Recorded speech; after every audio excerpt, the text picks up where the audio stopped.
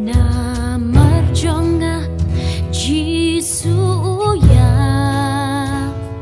halor ka dingna ya kipop uba bad hajing ben ka dingna kami ketibat kejat bad krong belamong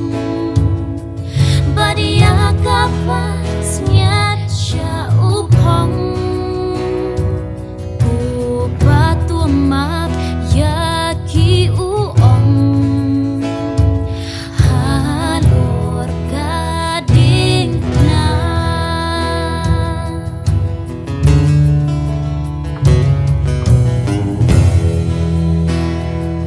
daga jing it u khot yanga hagakti u blei ka umbaim u ayanga hagakti u blei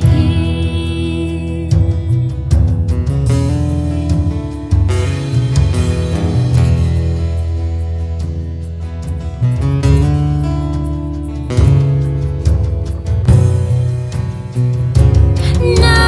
marjonga u yap yap li ya kamen sim jonga banri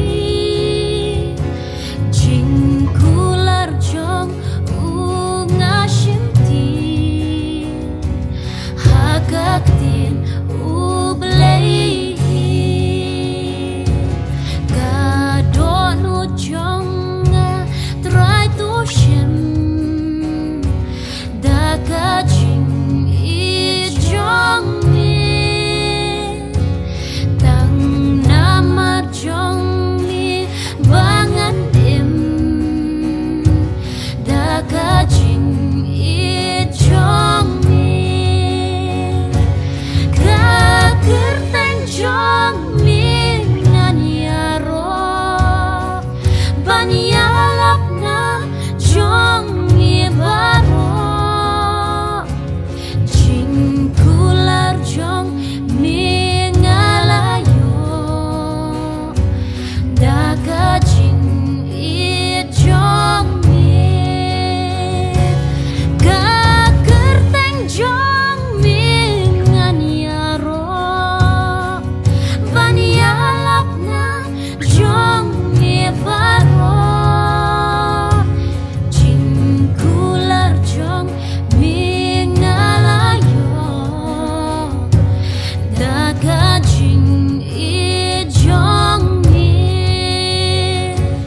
daga jing i jong